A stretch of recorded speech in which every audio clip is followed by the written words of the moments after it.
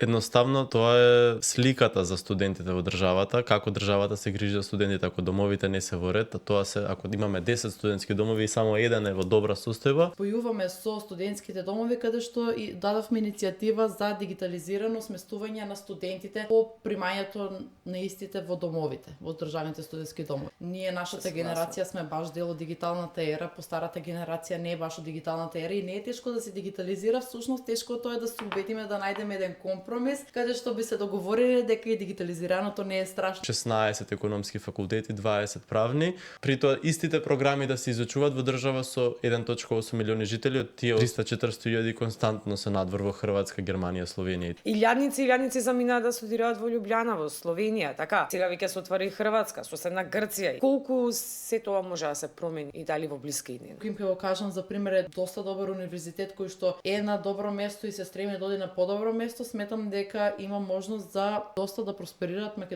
македонските студенти кои ќе останат во Македонија. Не се разработени центрите за кариера, не се знае колку студенти се вработиле после завршување на студии, не се следи нивната вработливост, не се следи што прават алумните и така натаму. Да се напише добар научен труд, сепак треба да си во индустрија, сепак треба да си во текот и да знаеш што би требало ново, што е потребно на таа индустрија за ти да го напишеш целото тоа и да го претопиш во научен труд.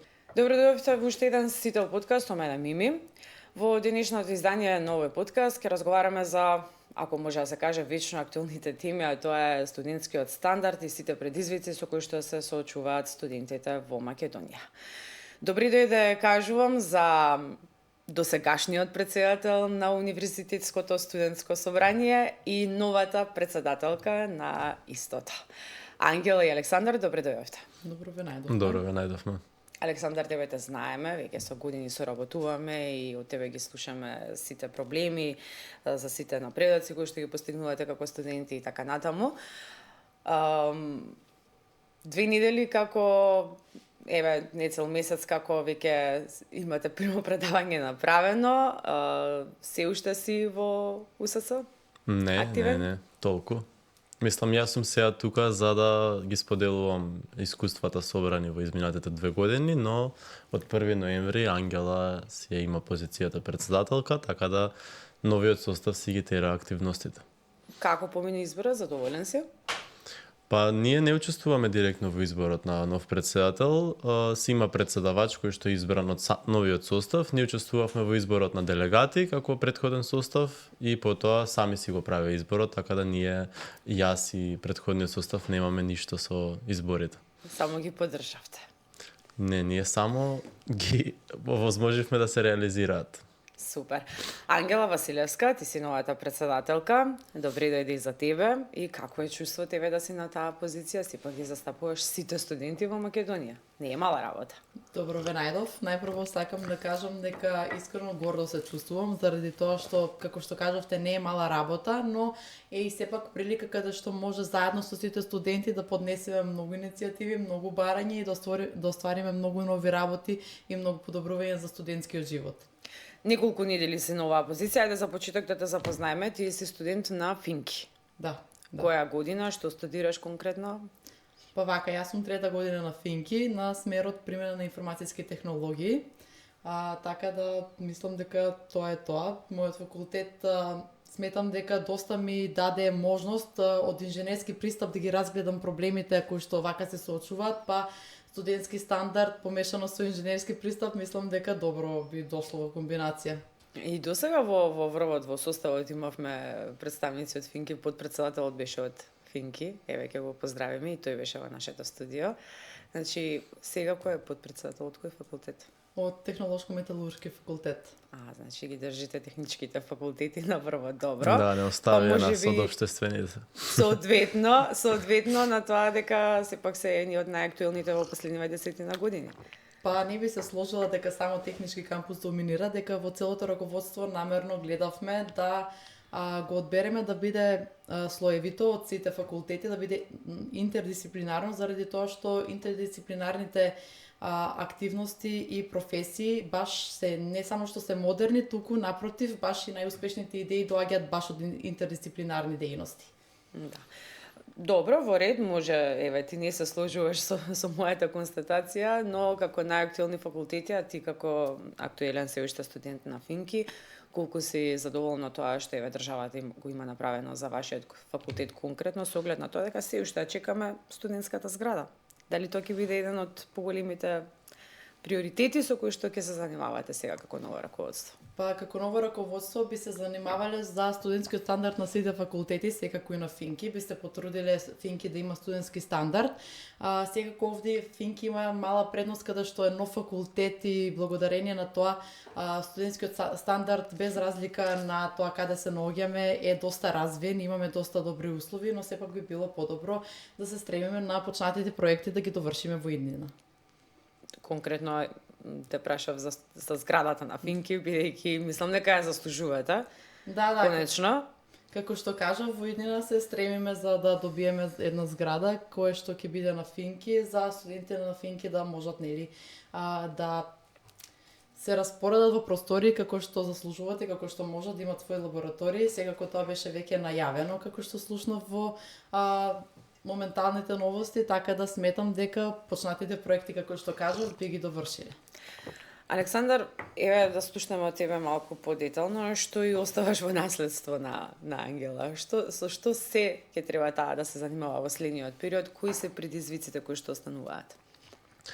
На ниво на држава остануваат доста предизвици. Најголемите би кажал се квалитетот на студентскиот стандард во државата. Ние почнавме во изминативе години да иницираме барања, да остваруваме контакт со институциите, да притискаме за да се реализираат нивните ветувања, но работите во реалност одат бавно. Иако имавме измена на неколку закони, пишување на нови закони и слично, на дело, да речеме, останува најголем проблем финалната реконструкција на студентските домови, бидејќи се доцни, со Стив Наумов и Кузма Јосифовски Питу, понатаму остануваат уште 7 кои што треба да се реконструираат. Тоа не се малце, затоа што едноставно тоа е сликата за студентите во државата, како државата се грижи за студентите, ако домовите не се во ред, тоа се, ако имаме 10 студентски домови и само еден е во добра состојба, тогаш тоа ја отсликува сликата на како уствари државата реално се грижи за младите. Во студентскиот дом Гоце е во ред, но другите домови на вистина не се во ред условите и не се на задоволително ниво. И сега тоа е едната страна, другата страна е студентскиот превоз, значи освен во Скопје, во другите градови нема бесплатен градски превоз каде што има универзитети, тоа се Штип, Прилеп, Битола, Охрид, Тетово. Зборувам за државните универзитети. И исто така меѓуградски превоз се уште покрај она антикризна мерка која што беше 1200 денари за меѓуградски превоз, сега нема никаква политика за субвенционирање на меѓуградскиот превоз, освен железничкиот кој што го нема во сите градови, и знаеме дека возовите се доста ретки, па и времето на патување, да, точно. Тоа се погорливите проблеми во делот на студентски стандард, исто така квалитетот на високото образование, значи тие се двата столба кои што ги имаме и во студентски манифест. Почнавте ли некој процес заедно со академската фила, со министерството, формиравте едно тело токму на оваа тема за да ги менувате програмите во високото образование, за да се подигне квалитетот, да се види што е она што е најактуелно, до каде е целиот тој процес? Јас, колку што сум информиран, се формираше едно тело за реформи во високото образование под владата, во координација со МОН. Таму се професорката Солза Грчева и министерката за образование и наука. Има еден конститутивен состав лани, есента. Овој период.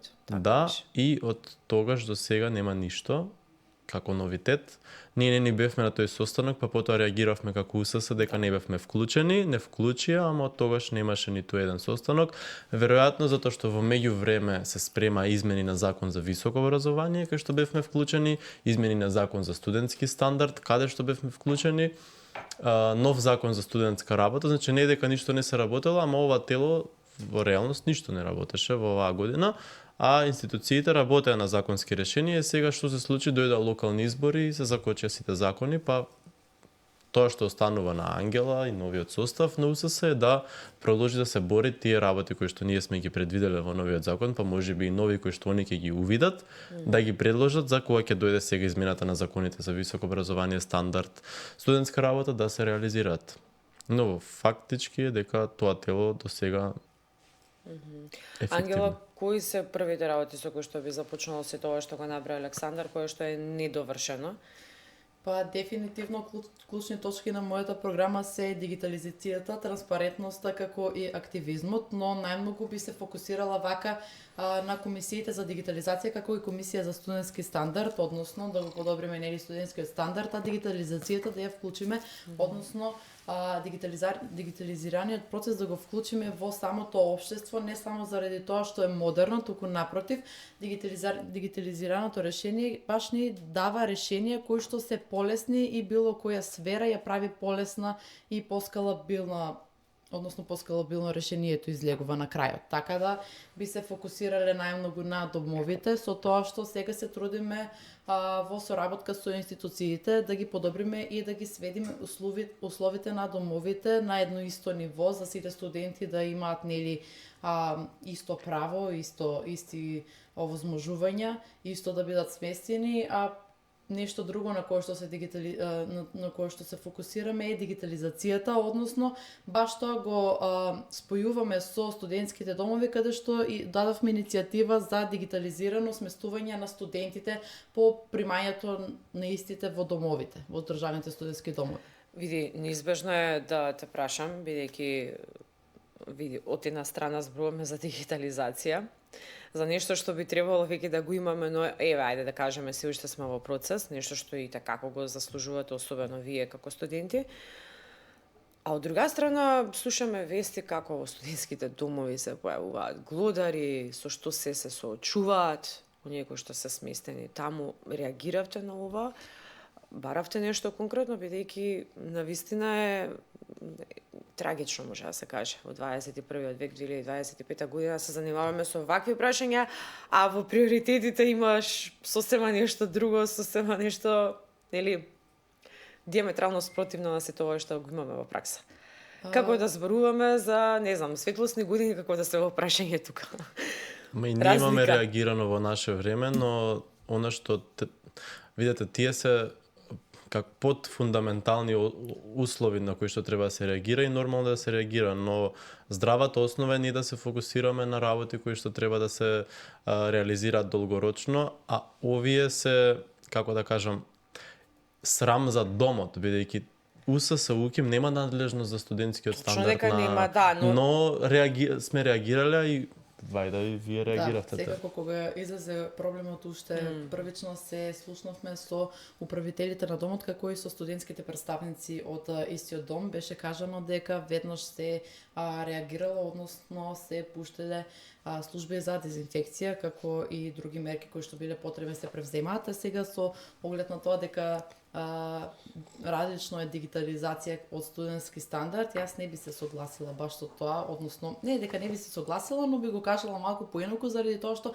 гледате, во една институција студентски стандард не е широк поим, ние може да имаме различни проблеми, различни сфери кои што се составени од неколку проблеми. Сега ние не можеме сите сфери наеднаш да ги решиме, но ако решаваме сфера по сфера, проблем по проблем, кој што бара различно решение, едното да биде поскалабилно, односно дигитализирано, поново, помодерно, другото треба малку да се фати по потрадиционален пристап, малку чекор по чекор, подолго да трае, така да не можеме баш на сите сфери да се фокусираме заедно, затоа што сите сфери бараат различни решенија, но сепак се трудиме сите сфери да ги обезбедиме со решенија колку што можеме, толку нели се тркаме со времето да најдеме решенија за се, така да малку зато и прашам во овој контекст, да, колку очекуваш реално дека може сите ова да се изреализира со оглед на тоа дека се уште се занимаваме со едни вакви проблеми.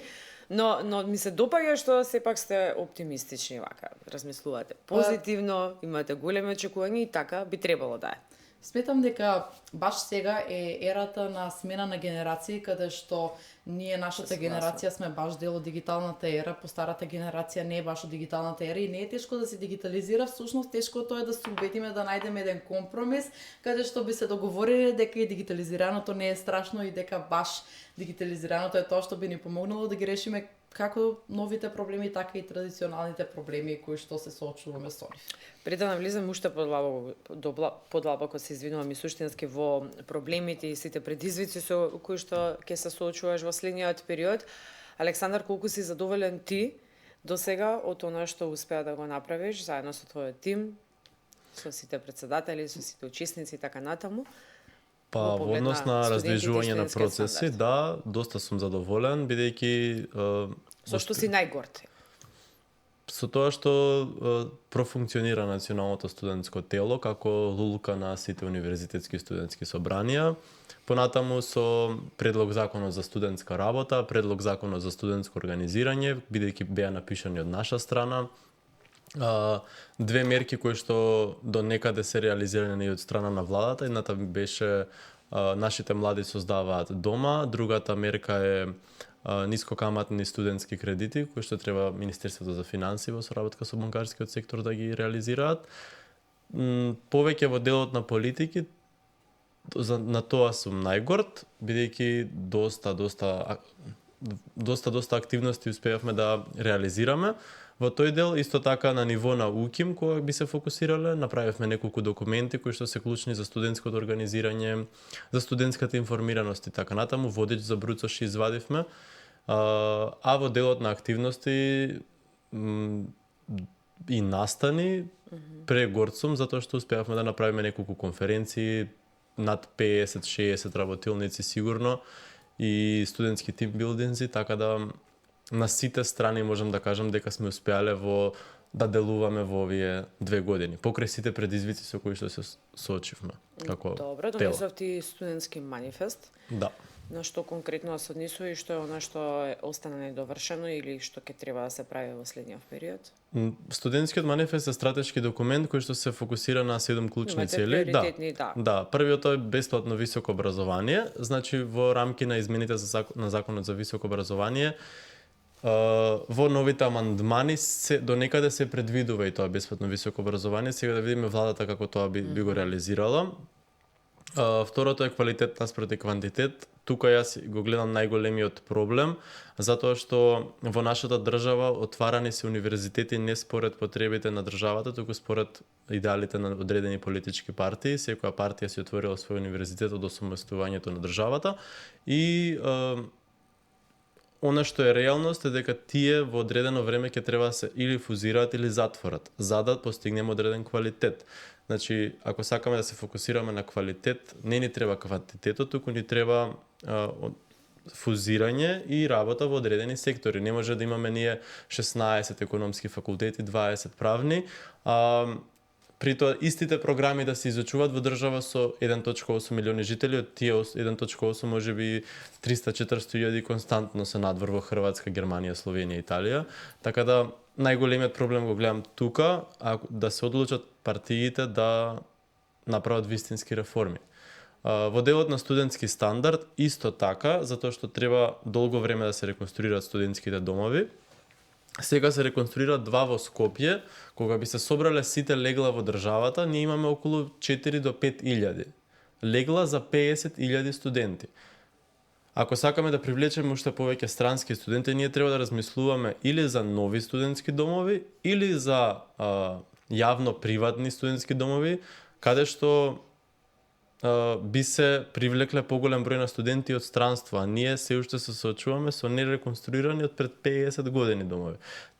Тие 2 би ги нарекол дека се најголеми, а при тоа надолу кои би се спуштиле, веќе имаме и превоз, веќе имаме и функционалност на студентски оброк, кој што е добра мерка, но треба да се среди таа, да се донесе студентската работа како можност за студентите да работат и студираат во исто време, за да се подигне продуктивноста на државата, економијата, итн. Што точно предвидува тоа, Ангела? Колку си ти запознаена во овој дел и еве конкретно за студентската работа?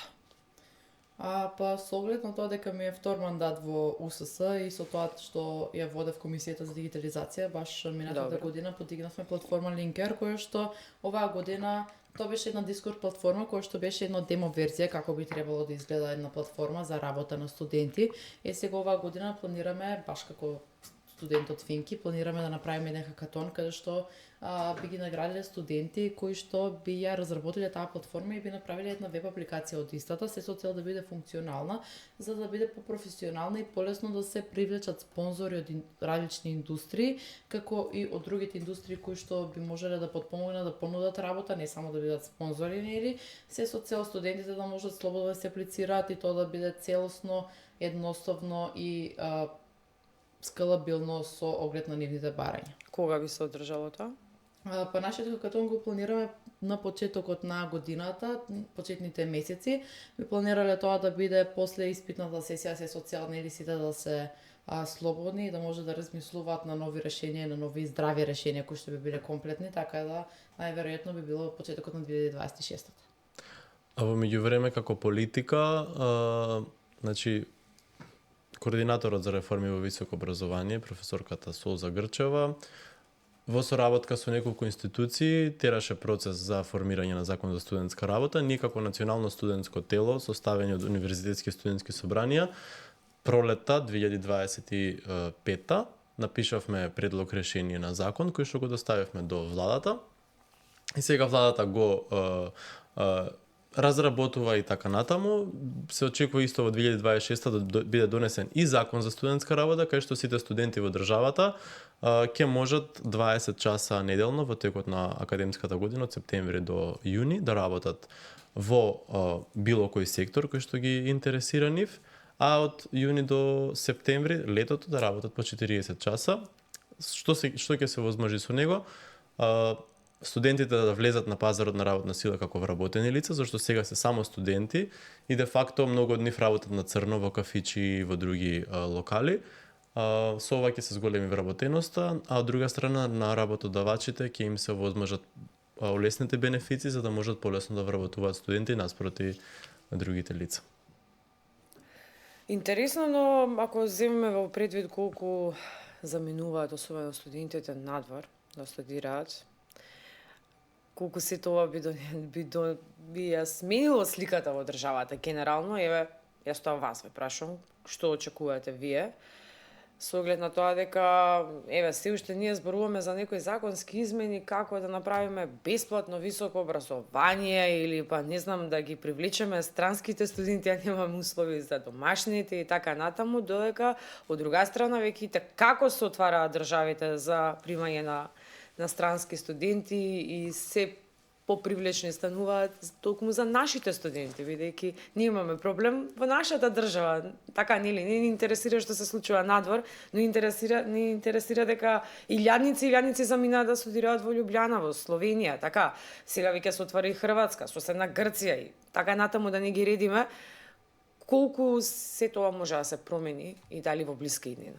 Со оглед на тоа што планираме да работиме со полни работни сили, сите универзитетски студентски собранија, и сметаме дека би се подобрило доста квалитетот на студентскиот стандард. Еве, например, на УКИМ работиме доста за подигнување на ранкот на УКИМ на светска листа, со тоа што оваа година ќе се фокусираме најмногу на научните трудови и научната дејност. Сега што значи тоа? Тоа би значило дека УКИМ би добил многу можности. Како студент, односно како македонски студент кој што останал да студира во Македонија, сметам дека Македонија не е лоша земја за студирање поради следните причини. Имам доста пријатели и можам доста добра паралела да направам како е да се студира во странство, како е да се студира во Македонија и сметам дека доколку сте амбициозни и доколку сакате да се посветите баш на таа индустрија или таа сфера која што сте ја одбрале, имате доста многу можности во Македонија со оглед на тоа што Македонија е земја во развој и има доста спонзорства, има доста помагања од различни дали невладини организации, дали владини организации, дали од Европската унија, доста има многу можности кои што најверојатно овде полесно би ги добиле отколку како странски студенти, исто така сметам дека иако можеби таму од една страна некои услови се подобри, сепак во Македонија други карактеристики на нашето образование, други понуди, со самото тоа што не треба да учите на туг јазик, туку учите на својот мајчин јазик, со самото тоа што, еве, например, Уким ќе го кажам, за пример е доста добар универзитет кој што е на добро место и се стреми да оди на подобро место, сметам дека има можност за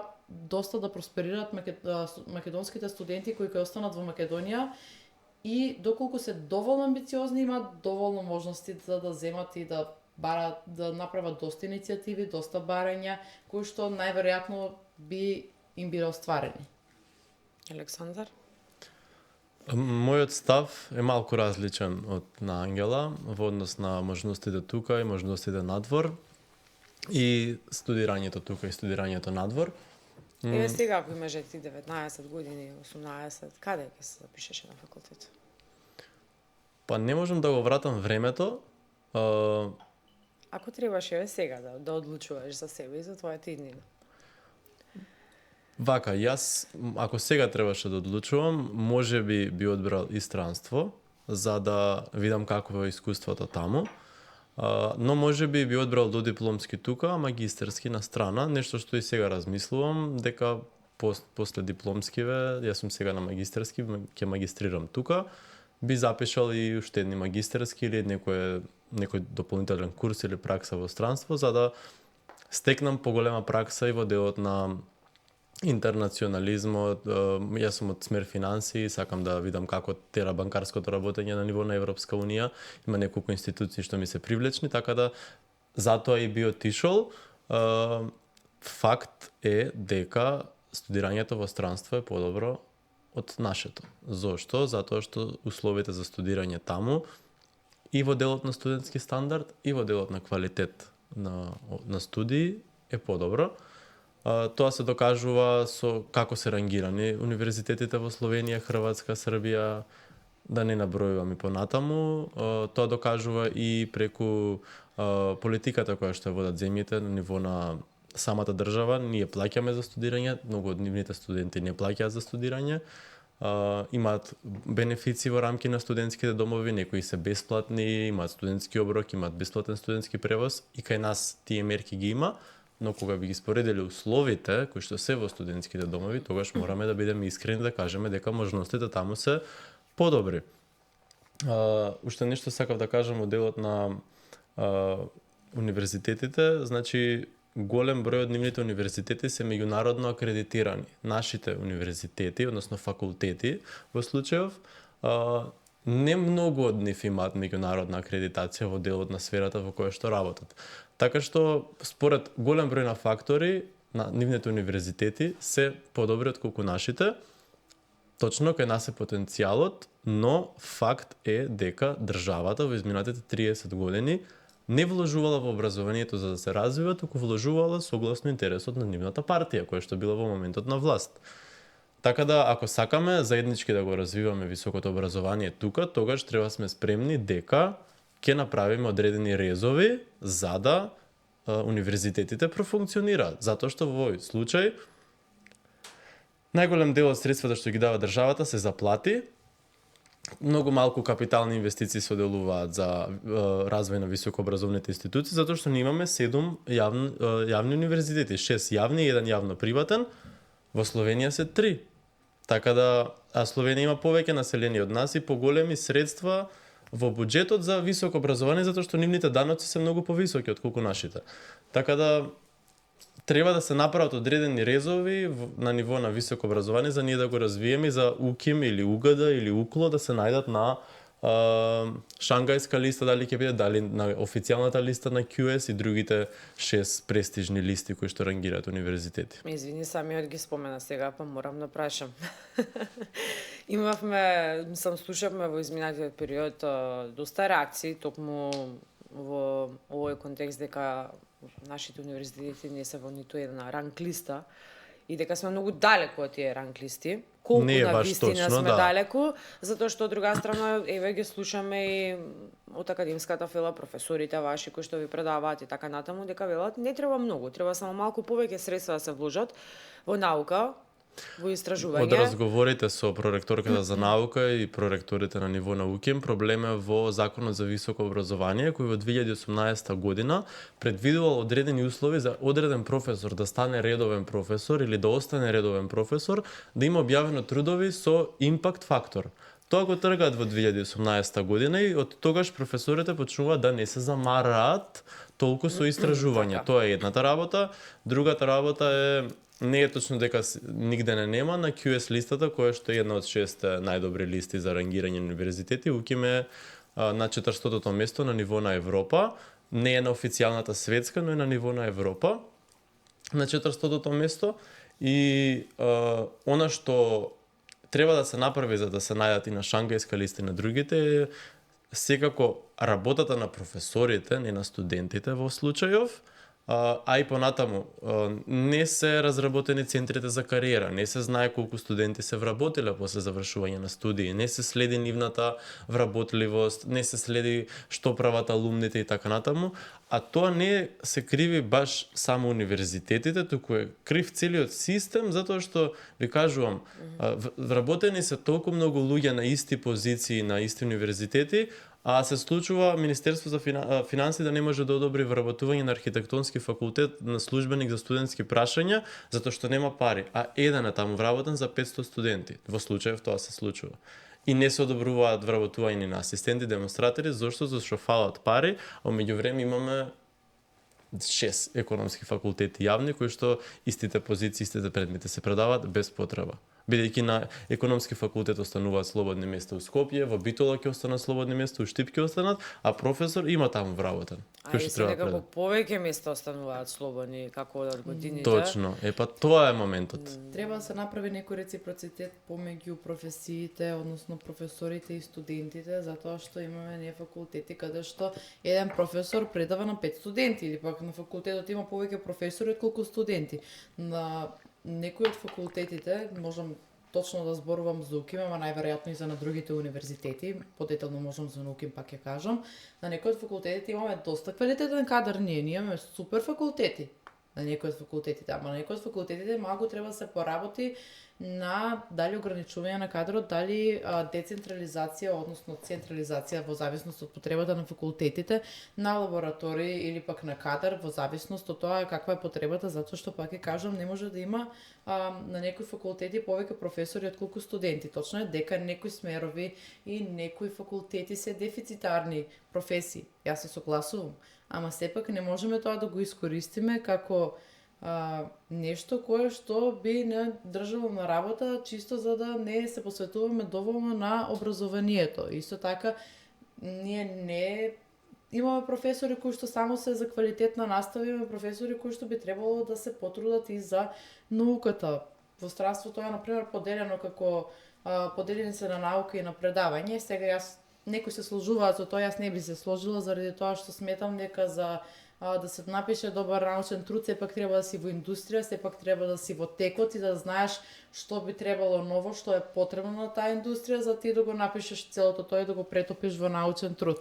Сега, тоа таму е проблемот што професорите, например, на тие баш дефицитарни факултети, каде што доминираат професорите, а не студентите, тоа го реискористуваат и од тоа универзитетите доста страдаат поради тие научни трудови, заради тоа што, например, ранг листата не бара услови, например, за квалитетна настава или, например, повнатрешните работи кои што се случуваат на факултетот. Ранг листата ние не може да споредуваме баш и да гледаме тоа точно по ранг листата како е, заради тоа што ранг листата, односно правилата по кои што се води таа ранг светска листа е според научни трудови, според наука, според тоа колку е објавувано во странство.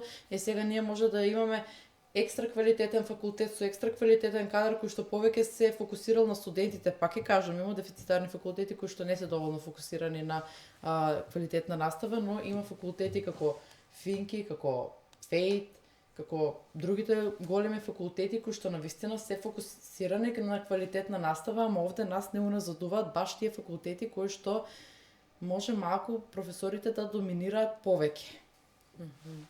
Кои се очекувањето околу отварањето на центарот Везелка? Па вака, центарот Везелка е планиран да биде македонски голем јазичен модел со тоа што Македонија би почувствувала како е да се добие нели вештачка интелигенција на македонско ниво, каде што би биле вклучени доста студенти, практиканти кои што би помогнале да се доразвие системот и понатаму се стремиме за доста успеси на истиот проект. Александар, кои се твоите очекувања? Мислиш дека тоа вака ќе ги раздвижи малку работите повеќе? Ако И бидејќи од аспект Финки на го предводи вклучување на проектот, да, студентите, бидејќи така. Финки го предводи проектот во соработка со Министерството за дигитална трансформација, доколку во реалност бидат вклучени студентите кои што се во најголем број во држава, бидејќи де факто Финки е тип на универзитет по број на студенти, поголем од универзитети во држава кои што ги имаме, за жал, мислам дека доколку студентите бидат вклучени, ќе се направи добра работа. Ангела, кои се твоите цели за следната година, 2026, која што ни престои? Што конкретно освен оној хакатон кој што го спомена ќе биде организирано и кои други активности ви се на агендата? Пред да почнам со иницијативите и барањата и настаните кои што ни се планирани, би сакала најпрво да кажам дека најглавниот фокус оваа година е да ги сплотиме студентите како што беа сплотени некогаш, заради тоа што имавме тешка година со тешки настани и сметам дека довербата помеѓу студентите малку се изгуби, а баш напротив тоа не треба да е така, треба студентите да се движечка сила, треба студентите секогаш да се сплотени, треба студентите секогаш да се сложни, така да најмногу од себе би се залагала за да се сплотат заедно студентите пак, заедно да правиме нови иницијативи и сите настани иницијативи, барем кои би ги поднесувале, не би ги поднесувала сама, не со мојот тим, туку напротив, со целиот универзитет, со сите студенти, колку што може повеќе студенти да бидат вклучени, заради тоа што пак ќе кажам, ако самите не се поддржуваме, џабе нема да успееме. Ние сме баш таа новата генерација, пресвртната генерација, генерацијата на дигитализација, генерацијата на ново размислување, едно инженерско, без разлика дали сме инженери, не едно поотворено размислување со повеќе авангардно, да. Баш како што кажа Александар, со повеќе гледишта, така да сметам дека баш ако ние не сме сплотани, нема баш да ги оствариме нашите цели, полесно би се оствариле сите цели на студентите и сите барања, баш заедно, баш со таа синергија, како што би рекол Александар, па тоа би ми било главниот акцент би го ставила таму, а други настани кои би следеле се секако интердисциплинарната конференција која што не е планирана во мај. Планираме студентски и зимски тим билдинг, кој што тоа ќе ни биде прва точка каде што заедно би се дружиле сите студенти и би имале работилници од интердисциплинарни дисциплини.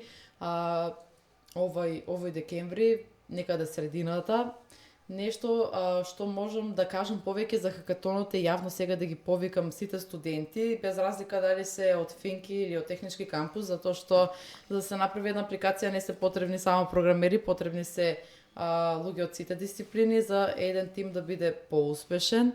Натаму сакаме и целиме да се оствари барањето за дигитализирано сместување во домовите, како што спомнав, заради тоа што доста би олеснило како на студентите, така искрено би им олеснило и на институциите по целиот ден, тие да не се залагаат и тоа би било искрено победа на двете страни во оваа ситуација и би се залагала за многу повеќе дигитализирани решенија кои што натаму ќе следат. Како што кажав, сметам дека дигитализацијата и студентскиот стандард доста си помагаат. Па така би вклучила повеќе студенти од Финки во комисијата за дигитализација, како и во другите комисии, со оглед на тоа што имаме интердисциплинарни комисии каде што може да се вклучат доста студенти од сите факултети. Значи, секој може, например, да му биде тоа еден вид на пракса која што би му овозможила натаму полесно да најде и пракса и работа за својата струка, со тоа што би се вмешал во реални проблеми и реални прашања кои што ги засегаат не само студентите, туку баш целото општество во кое што живееме.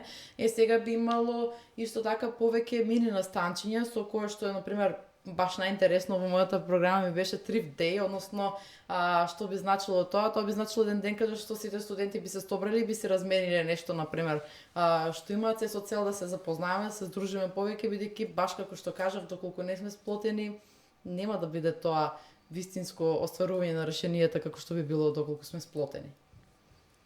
Александар, што ќе им порачаш прво на оние кои што ги оставаш зад тебе, а потоа ќе те прашам и кои се твоите планови.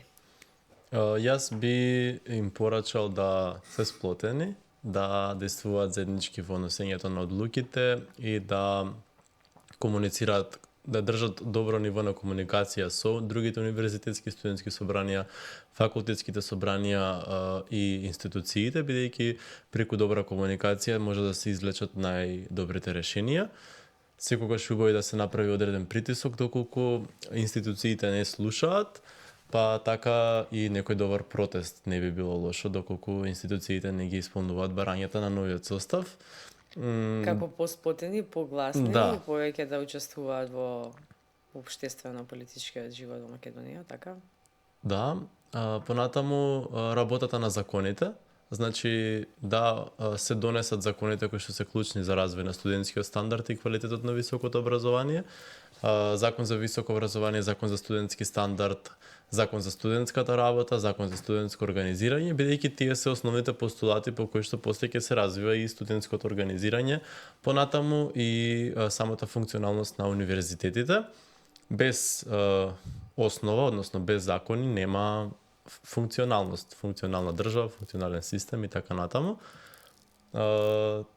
Тоа е тоа генерално. На личен план, На личен после план, целата оваа борба, нешто ми најави на почетокот дека можеби би заминал и во странство. Што значи па тоа? сега размислувам во моментов што понатаму. Од една страна треба да ги завршам моите магистерски студии, да ја довршам магистерската. Тоа ми е во план. Моментално работам и во делот на community management, и во делот на social media на универзитетот, и во еден coworking space тука во Скопје. Така да одреден баланс, малку одмор после 2 години турбо период. Тоа ми е сега за сега планот, а после 2026 летото сакам да размислам за одредена пракса малце во странство. Тоа ми се одредени гледишта, па ќе видиме. Кратко и се враќаш назад, така? Па тоа ми е сега за сега, не знам што ќе се случува. Обично не правам планови подолги од 2 години, затоа што сметам дека многу брзо и динамично се менува времето и дека во 20-тите треба да се испробаат повеќе работи, повеќе искуства, она што сакаме да го направиме во тој период, а потоа одредени како да кажам, по-длабоки теми веќе од крајот на 20-тите. Барем тоа е моето гледиште.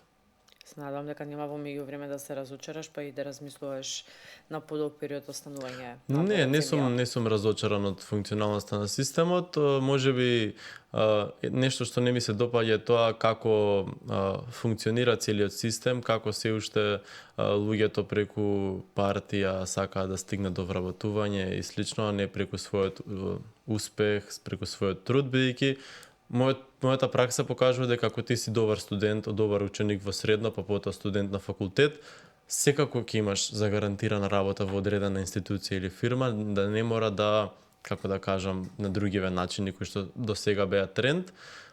И нешто што не ми се допаѓа тоа што многу време треба за да се промени нешто.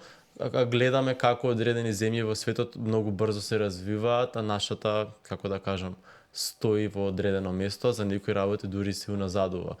Фокус до сега беше да биде чист градот од ѓубре, мислам. Тоа е едната работа, да не зборуваме понатаму како би било. Да, и во тој контекст на учеството во политичките партии, гледањето на политичките партии како можност за да може да се вработат, јас сепак верувам во женската инженерска енергија на Ангела, дека ќе успее да ги сплоти студенти, дека ќе успее во своите цели, па ајде да оставиме малку време. Точно. Или? И да ги собираме плодовите. Така? Благодарам. Ти посакувам успех во предводењето на УСС и Александар, и на тебе ти посакувам голем успех, што и да одлучиш да правиш, и се надевам дека ќе останеш тука. И јас се надевам. Фала ти. Ви благодарам за гостувањето во Сител подкаст. Благодариме за поканата. Ви благодарам и вам што не следевте. Довидување.